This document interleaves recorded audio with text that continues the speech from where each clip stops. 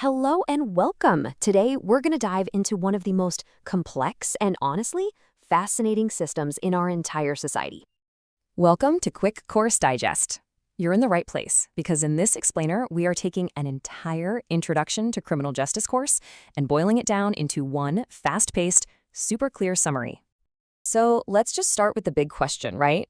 What exactly is the American criminal justice system? I mean, it's so much more than just the police cars and courtrooms you see on TV.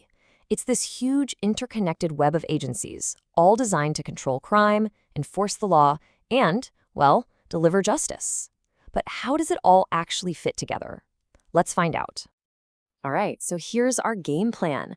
We're going to break it all down into 4 key parts. First up, the system of justice. Then we'll get into defining and measuring crime. After that, we'll cover the whole spectrum of crime. And finally, we'll tackle the biggest question of all, explaining criminal behavior. Sound good? Let's jump in. All right, first up, the system of justice. We're talking about understanding its core components and its, competing goals. This is really the basic architecture, the machine that handles everything from a simple traffic ticket all the way up to a murder trial. Okay, so at its heart, the system really has 3 main parts, and they all have to work together. It's kind of like a journey, right? It all starts with the police. They're the gatekeepers, the ones enforcing the laws. From there, a case moves on to the courts, and that's where guilt and punishment get sorted out. And finally, the journey ends with corrections. This is the branch that carries out whatever the court decides, whether that's probation or, actual prison time. So what's the glue holding this whole thing together? It's this incredibly powerful idea called the rule of law. Seriously, this is the bedrock of the entire system. And what it means is actually pretty simple. Nobody is above the law. It doesn't matter if you're a CEO or a cashier, the same rules are supposed to apply to everyone.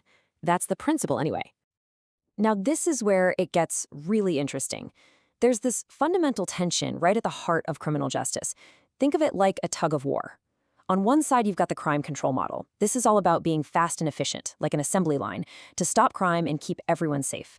But pulling in the other direction, you have the due process model. This is like the system's brakes.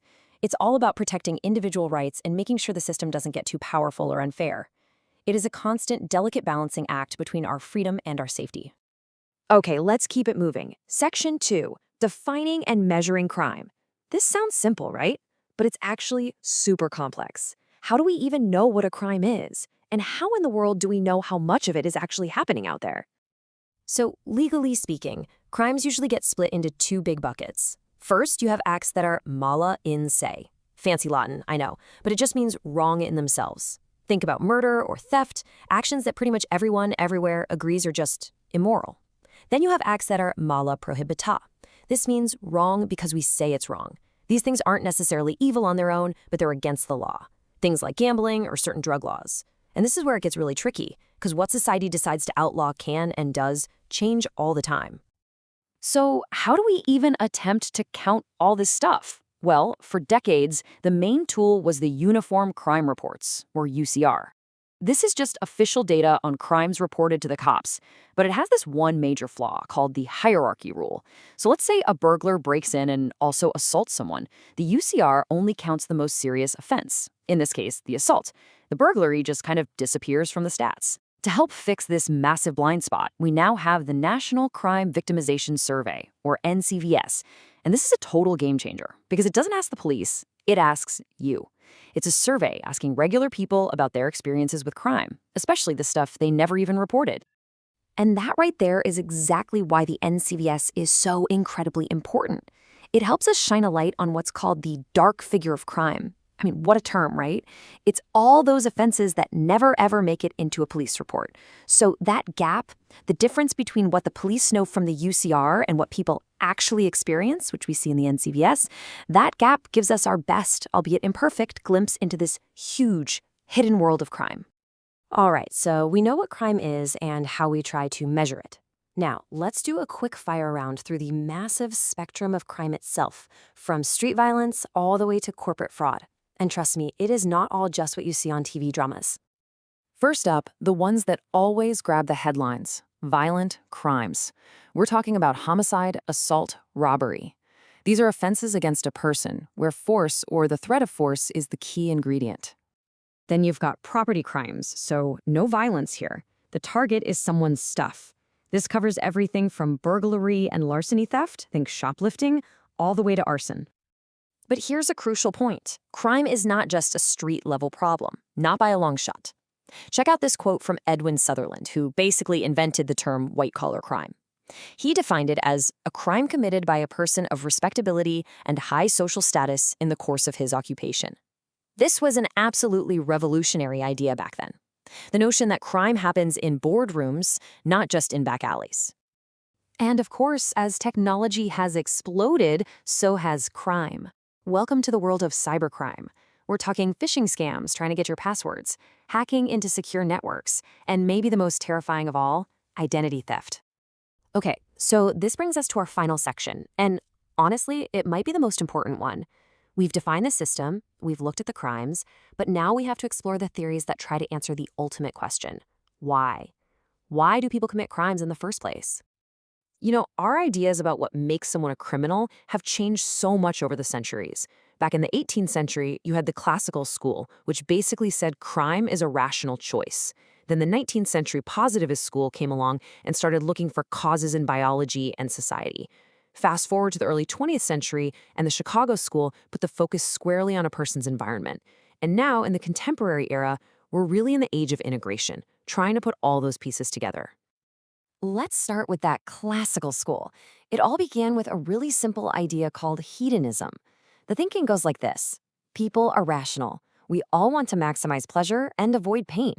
It's just human nature. So from this point of view, committing a crime is just a calculated choice. Someone weighs the pros and cons. And the logical way to stop it? Well, you have to make the punishment swift, certain, and just bad enough that the con always outweighs the pro. But then the positivist school came along and just completely flipped the script. They argued for something called determinism. The idea here is that criminals aren't always making a free choice. Instead, they're being pushed or pulled into crime by forces way beyond their control. We're talking biological traits, psychological problems, or the social environment they grew up in. And just like that, the focus shifted from just punishing the crime to trying to treat the person. Now, this next one is so cool. In the early 20th century, researchers in Chicago were just looking at maps of the city, and they noticed something incredible. Crime rates were always sky high in certain neighborhoods, year after year, no matter who was living there. This led them to what's called social disorganization theory, the radical idea that the neighborhood itself, the environment with its weak social bonds and failing institutions, was a primary cause of crime. It wasn't just about bad people, it was about bad places. And that brings us right up to today. What do most contemporary theories say? Well, they recognize that there is no single silver bullet answer for why crime happens. It's just not that simple. Instead, they try to integrate all those factors we just talked about. Modern criminology really sees crime as this incredibly complex puzzle, influenced by a person's biology, their psychology, the choices they make, and the society they happen to live in. It's all connected. Which leaves us with one final massive question to chew on. We've seen that this system is full of competing goals, that crime is incredibly complex, and that the causes are all over the map. So, how do we do it? How do we build a system that is efficient enough to control crime, effective enough to actually deliver justice, and, most importantly, fundamentally fair for every single person it touches? That right there is the central challenge, and it's something we all have a stake in.